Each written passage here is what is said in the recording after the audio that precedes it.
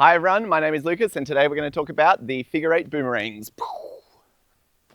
So this is a really fun boomerang to try. It's also a slightly harder, I have found, but it is the one with the most potential for height and distance.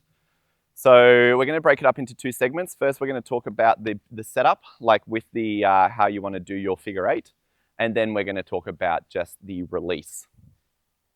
So for starters, you want to have as a prerequisite your horizontal figure 8. And what you're going to do is you're going to try and angle it so that it's a bit more 45.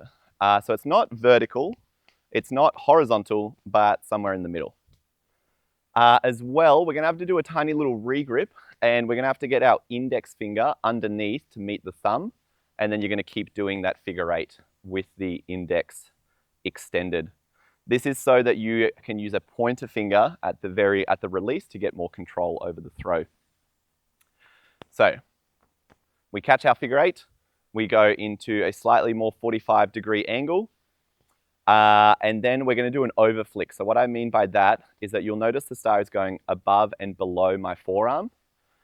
Before it goes below, you're actually going to push out. It should also make some visual sense when you're looking at the star. You notice it's got it goes above your forearm, and then it moves away from you. That point where it moves away from you is what I like to call the overflick.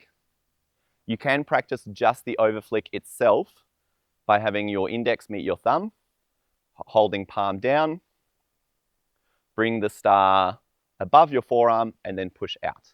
As well, you're going to want to have a good build up with your body. So twisting your body, bending your elbow, and then untwisting everything, straightening the elbow, and throwing out with an overflick. So let's have a look. I'm going to do my figure 8. I'm going to look where I want to throw. I've got my slightly 45-degree angle figure 8. Build up, untwist, overflick. That is a nice variation of a boomerang because this one keeps it in motion and it's also got the most potential to go as high as possible. Don't be dismayed though, I did find this particularly harder than the other versions of boomerangs. So that's pretty much it. My name has been Lucas with Flowstar. Thanks for watching, and I'll see you in other videos.